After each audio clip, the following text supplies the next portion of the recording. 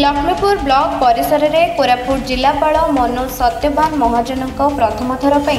Laxmipur block ठारे अभियोग शुणाणी शिविर अनुष्ठित होता। एथिरे कोरापुट एसपी रोहित वर्मा, सीडीओ वेणुधर सबर, उपजिलापाल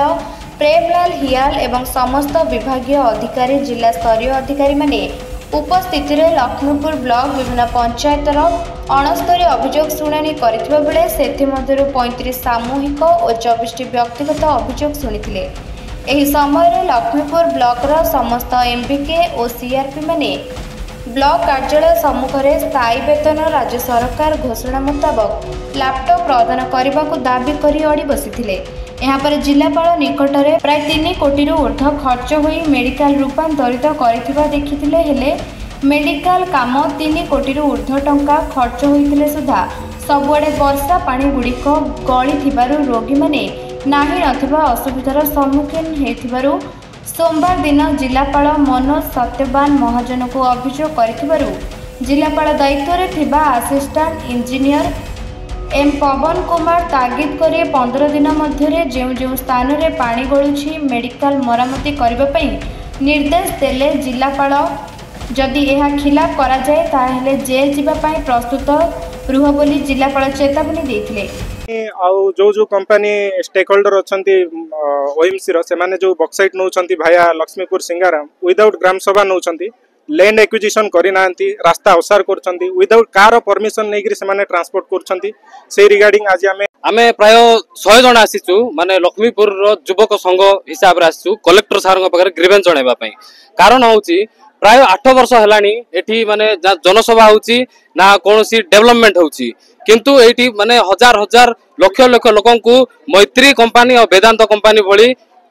भलिया लोक माने एठी भत्ता देकी लोकंकु हजार हजार टका भत्ता देकी किनिकी एठी इलीगली ट्रांसपोर्ट करूचंती किंतु जो 2% देबा कथा सीएसआर डेवलपमेंट पई सेटा आज जाय भी कोठी आपण देखि नथिबे कि वेदांत कि ओएमसी किछि डेवलपमेंट करि नै। देखंतु गोटे सिंपल एग्जांपल हमर ब्लॉक रे भी एबे माने पानी आसु नै लोक एठी बहुत लोक बसचंती आपण देखि पारथिबे किंतु लोक मान को टपे पानी भी मिलु नै। तेनु करी मोर एटा माने कलेक्टर सारन को आ पब्लिक को भी निवेदन आम सहित जोड़ी हंतु आ जेमिति कि हमर एई सब पोल्यूशन होउची ताको हम रखिबा आ वेदांत को जेमिति माटी जदि नेबसिए ताहेले आमे राजरास्ता रे ओलेबु जदि जदि हमको एम्प्लॉयमेंट न देला डेवलपमेंट न कला तो आगामी दिन में आम निश्चित भाव में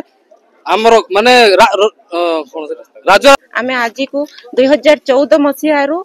आमर महासंघ रे 6 गोटे कैडर को लेकिना काम करूछु जहाँकि एमबीके सीआरपीसीएम कृषि मित्र प्राणी मित्र ईएलएसपी बैंक मित्र है कि अच्छु किंतु आमर पूर्वरु आमे पाई आसिलुनी 2018 ठारू 2025 मार्च मास पर्यंत